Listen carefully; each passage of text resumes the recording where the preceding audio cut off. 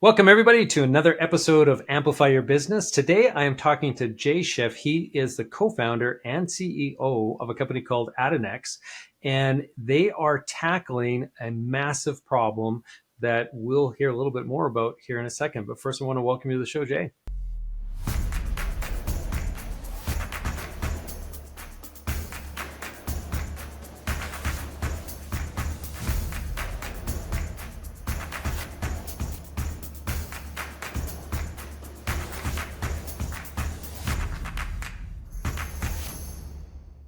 Thank you. I appreciate it, Lance. So, Jay, tell us right off the top here, what do you think, in your experience as an entrepreneur, are three things that every entrepreneur really needs to understand or know when they go into, business, I guess, for themselves? Well, I think if once you sort of hear a little bit more about our background, my partner and I, it's really the two sides of the business that we have, and I think that's important for everyone to be able to do. So I have an MBA. I come from the business and finance world, Wall Street, and so understanding financial and operational side, so that you can actually manage the business outside of the product, all the things that come with it, legal, financial, and so forth. And then the other side is the technical side. So having somebody who really understands technology, and even whether you're doing it in-house or out externally, someone who can really work that end. And so I think that's really important to have those two sides of the business. Yeah, talk about being fortunate to find a partner that offsets, the strengths that you have, right, or complements them. I mean, and fills some of the gaps there. And then when you have a business, and like you said, we will get into that in a minute. That is like yours, where you need such a strong technical understanding, but then obviously you need to have somebody who really understands business. You guys have really created the perfect marriage here, so that's great. Number two, what would be the other thing that is really important in your mind? So I'd say you have to be flexible. You start with one idea and you hit a wall, and you can easily give up on that point. And so you have to kind of do a little bit more research, talk with other people, brainstorm other ideas, and and adapt. And that is from day one to year seven, whenever it might be. There's always things that change around, and you have to be flexible and let the market, let the product speak to you about what makes most sense versus what your initial idea was. And sometimes those become even better. Oftentimes it's even better than what you even thought it was going to be. Yeah, totally. I don't know hardly any businesses that have ever been able to say that, after a few years in business, that they're offering the same service or product that they did when they first started. The companies always evolve, right? And if you're not doing that, you're not listening to the marketplace, and you're at risk, I think. Yeah. Okay, number three. So the third thing might be, I guess it's more related to us and maybe a certain subset of people. So we did not come from the healthcare world, and so we had what we think is a great idea that has been proving out to be a great idea. But doing something within the world that you came from is a lot safer, faster, effective, because what we found is that we adding sort of finance and tech together. Those are very fast moving markets, and we're used to that. Both my partner and I are used to, like, you have something you have to do, and you do it, and you're done, and you move on to the next thing. Healthcare does not work nearly as fast as those two industries, and so that's been a challenge for us, and we didn't know coming in. So the process has been longer. It's going in all been going in the right direction, but it definitely has been longer. So know that sort of coming in the industry a little bit better. Yeah, so the persistence to kind of keep going through all the bureaucracy and everything else that's part of those massive, slow moving bureaucratic machines that healthcare is just has to be so frustrating, though, for the two of you guys, eh? Yeah, I would say that's an appropriate description. Okay, so now we teased a little bit that the business that you have here, Addinex, is a business poised to solve a massive problem that is, $1 trillion plus problem for society that is costing us all these dollars, and yet nobody's really addressing it very well. You guys are trying to address it. So why don't you tell me a little bit more in our audience what it is that Addinex is trying to solve? Sure. So, what we saw was that same bottle as you get Tylenol, 1970s technology. You got a cap that, a child cap. That's all you have. And we also saw that doctors way overprescribe, and that's not their fault. It's the fault that there's no data out there to let them know what's the right amount and how to prescribe differently to different people, and different surgeries and the like. The guidelines are out there from the CDC and others are not based on actual usage data. They're based on, experience and the like. And so we want to fix that. Another issue is the amount of time that people have, their access to excess. All that excess does not get disposed of properly. And so how do you get them out of the home? So all of those things wrapped up together is why we came up with a solution that literally starts from the prescription and goes all the way to disposal. And there is nothing out there that does that right now. And by the way, in a low cost. So we developed a dispensing system, that a dispenser that's fully mechanical. There's no electronics in it. There's no even metal in it. We got a patent on it. And so you can make that low cost. I think of it like a McDonald's toy. It's inexpensive to make, right? So you have the medication is filled in that dispenser. You get it at home. You go into the app. You give some basic information. You maybe answer some questions like what's your pain level every time. We actually have this in here that you could do that. And then if you say that your pain level is a certain level based on the doctor's recommendation, it will recommend for you to switch to an over-the-counter medication so we can reduce time. You go through that another dose. Well, if the prescription's 1 pill every 4 hours, you're not going to get more than that because you have to go back to the app to get a new dose every time you want your next dose, a new code every time. So you go through that process, and then when you're done, you drop it into a mailer that we provide you. It's DEA approved. You drop it in the mailbox. Very simple to get it out of there. We did a study with Columbia University Medical Center that was published. We had patients use only 30% of their medication.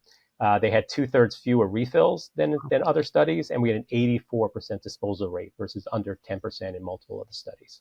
Yeah, those are massive results to what is really a plague, for lack of a better term, that is impacting us, right? So kudos to you guys for developing such an innovative product.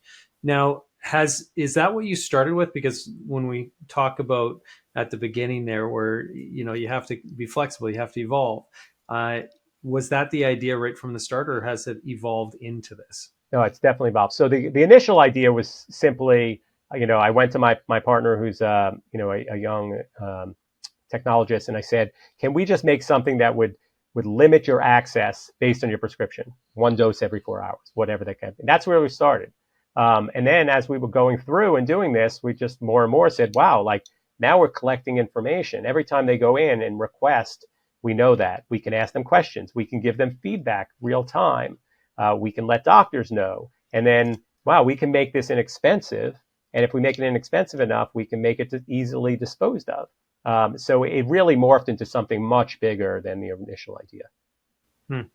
Yeah, really exciting. And so now to this point now, you started in 2017, so you're 6 years into it.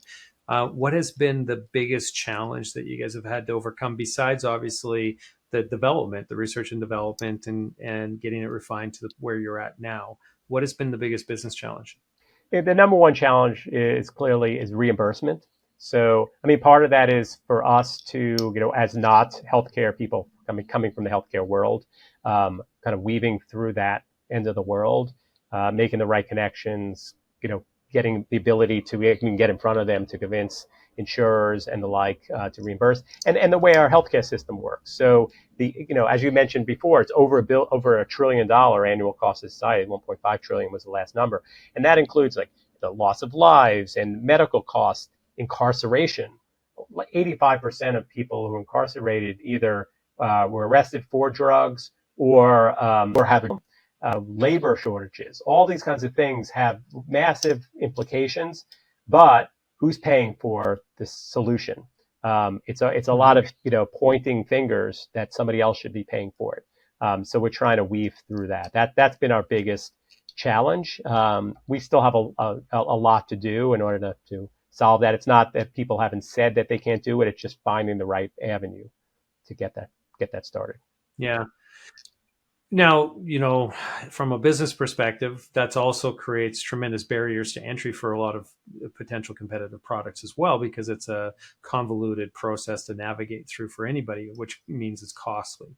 So, do you see it that way, that once you have navigated through that and get those, you've worked out where that reimbursement place is going to be, you're off to the races, or does this open up then the doors to more competitors, and that is a challenge for you guys to potentially overcome in the future as well then?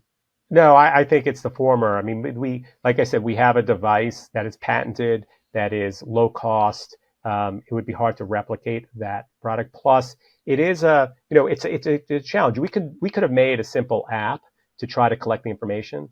The problem with that is engagement is very low. Like, try to tell somebody every time you take a dose, go into our app and then answer all these questions, and oh, don't forget to throw to dispose of the medication properly, and what are your side effects? Well, all these kinds of questions, people aren't going to do it. I mean, I've seen it from many, many apps. And so, but with our system, they don't really have an option. If you want your next dose, you're going to get a question right in front of you. It's going to be a simple question, but you're going to get a question right in front of you, easy to answer, easy to collect that data. And yet the patent barrier and the low cost barrier is pretty large. So, we feel very confident that we'll Yeah. control the market at that point. So now you're a guy who had 25 years working on Wall Street, investment banker, tons of experience in security, I presume, and obviously, some pretty good compensation, I would imagine, that you're stepping away from to start this business. A lot of people, I would imagine, would be looking at you going like, what are you thinking at this stage in your life, at this stage of your career? Why would you give all that up? What's the answer to that question? So a couple of things. Like, one is, I would say, start earlier. Before. I mean, since I've started all this, I've put 2.5 kids through college. I have one that's still going. So that's definitely, it's not necessarily the perfect time to do it, but my whole life I've always wanted to do something more entrepreneurial.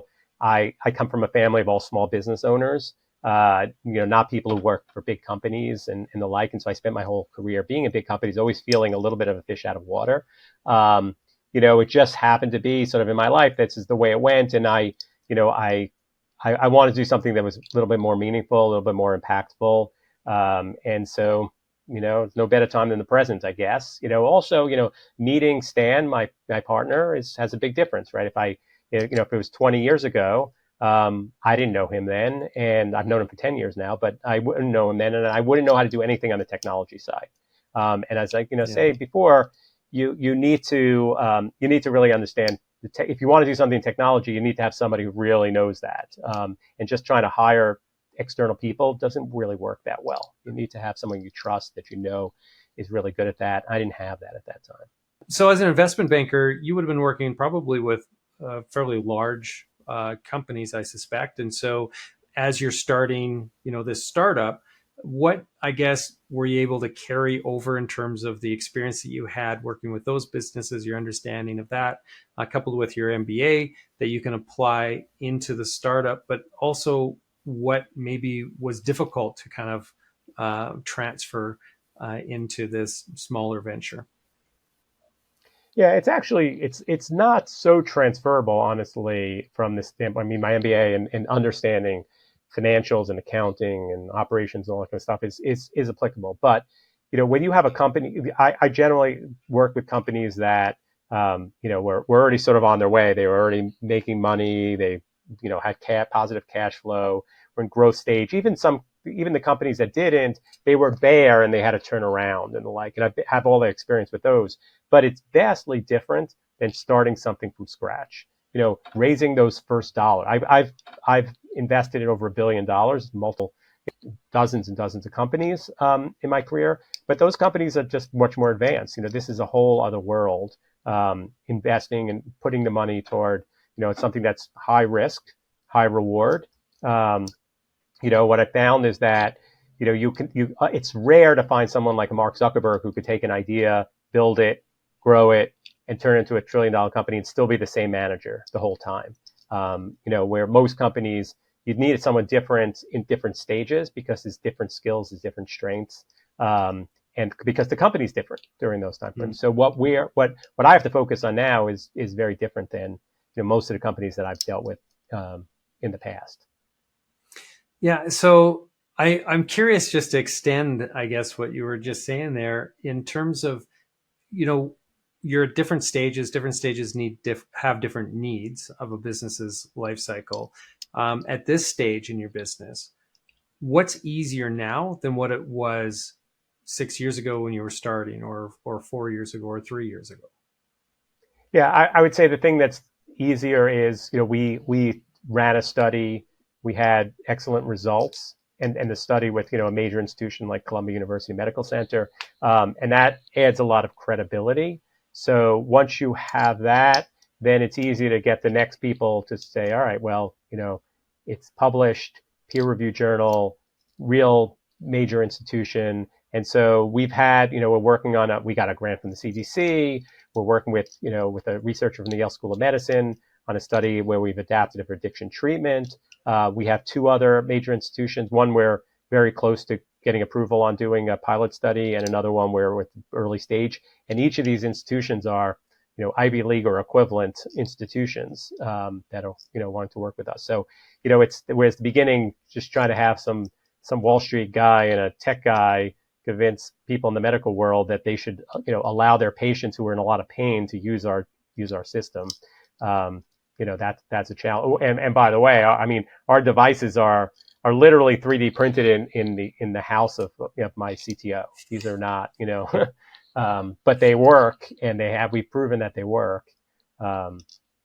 So time proves out, and that makes it easier.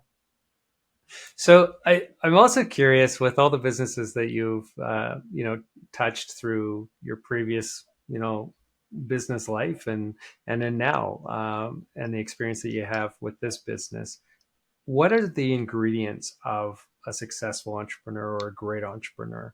What does it take? Yeah, I would say, I'd say, you got to be very flexible. You got to be willing to, not make as much money as you could if you're, had a very stable job, that's for sure. But be flexible about, you got to do a little bit of everything. So, you're doing sales, and you're writing reports, and you're doing the accounting, and, you're working on the tech, and you're running into issues and all those, and you got to, maneuver all the time. And so you have to kind of be a little bit humble, on knowing that you don't know everything, but continue to plow through, and know where you need to ask, advice. I try to talk to as many people as possible, because even if they don't seem like they're an exact fit for what we need, they generally will refer me to somebody who is. So I've learned a lot. I mean, I tell people that I'm not a healthcare guy, but then they all turn around and say, "Yo, yes, you are. You've been doing this since 2017. You are a healthcare person now." Yeah. Yeah, it's that kind of imposter syndrome that we're all struck by, right? At what point do you Yeah, consider yourself to be in the healthcare? Yeah, yeah, yeah, 6 years is a long time. yeah. And I have learned a lot, and I feel like I do actually know a lot at this point. But there's so much that you don't know. If I Yeah, compare that imposter syndrome thing, if I compare to my prior world, I was doing it 25, 30 years. I mean, I know all the players. I know, I can do it in my sleep, and so you go back and you sort of start again. okay, so one of the questions that I really like to ask people are if you could send a letter back in time to your younger entrepreneurial self. So 2017, you're about to start this business. What do you tell yourself? What are you putting in that letter?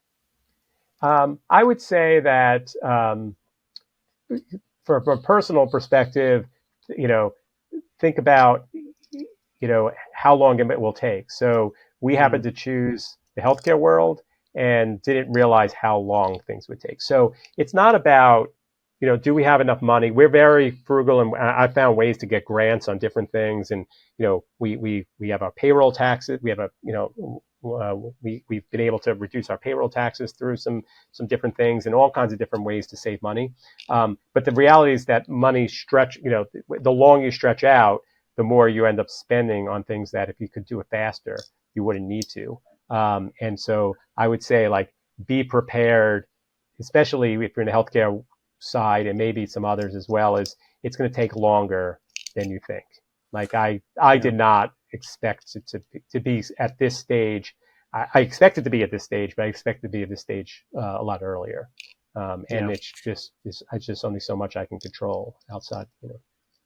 Yeah, you need to make So sure that you be have that prepared. runway, right? You need the Yeah, runway in order to be able to do it.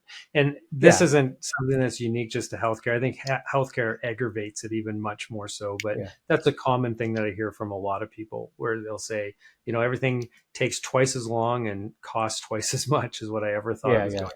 Yeah, but it's a business runway and it's a personal runway because the longer you're Mm, taking, you're not making a lot of money when you're doing this. So, yeah, even if the company has the money, if if you're not taking in a good salary from doing it, and that's an opportunity cost from somewhere else. So you have to be prepared for that. yeah. Okay, so one of the things too that I like to ask some of our guests, and it's a tougher question, and that is, what is it about the entrepreneurial lifestyle that is so difficult, or that you find difficult personally? And I would imagine, like you just talked a little bit about on a personal side, having the personal runway and knowing that you're not going to be able to take the money out, especially when you're in a higher earning profession before that. So beyond that, what else was difficult for you as you ventured into entrepreneurship? I think one of the things that was difficult, although it's become more common, is sort of not going to an office every day. So we try to stretch our dollars, and so we didn't get an office and hire up a bunch of people, and so that's there's a lot of advantages of being able to do that. But when you're this early and you're trying to save money, um, Yep. you're doing it remotely. This is kind of interesting for other entrepreneurs. So we hired some international consultants. They're full time for us, but they're consultants on the tech side. And so we were doing Zoom and the like well before the pandemic, before anyone else was. But it's a challenge because you hire people, and we saw a lot of the issues that people are seeing now, which is you hire somebody and they're at home, and they have ways to kind of do some of the work, and then they sort of fall off. We had some people who were great, and then for a good 6 months or even a year, and then suddenly, find out that they have another job, and you could see it because the work is falling off. And it's hard to manage that. So that was kind of that's been an interesting experience. Net, I think, I think we've done a good job of getting a lot of value for how much we've invested for doing that. But it definitely was a challenge that I think other companies are seeing now since the pandemic, but we saw that earlier than others did. No, that's really interesting. Yeah. Well, I just have to say, Jay, I really appreciate you taking the time today and sharing your story, telling us a little bit about your business as well. I think what you guys have got there is just absolutely phenomenal, and something that is going to help so many people. We really, up here in Canada, I know it's the same down in the States.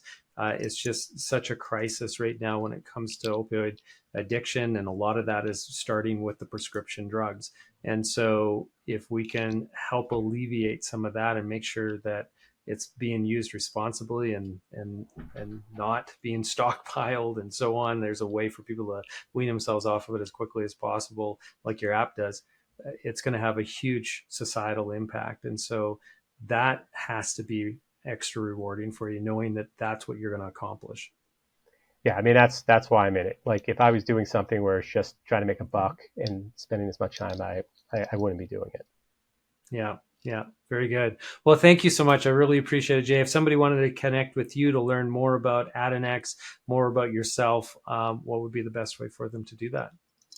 Well, they can go on the website to learn, but they can also email if you email just broadly the company at info at addinextech.com, addinextech.com. Excellent. Well, thank you again. Really appreciate it. And for those who are listening today, if you enjoyed this episode and want to check out other entrepreneur stories, head over to amplifyyourbusiness.ca. That's where you're going to find the archive of all of our podcasts, as well as if you just prefer listening to the audio only, we're on all the major podcasting platforms. Just search Amplify Your Business there. Until next time, everybody, have a prosperous day.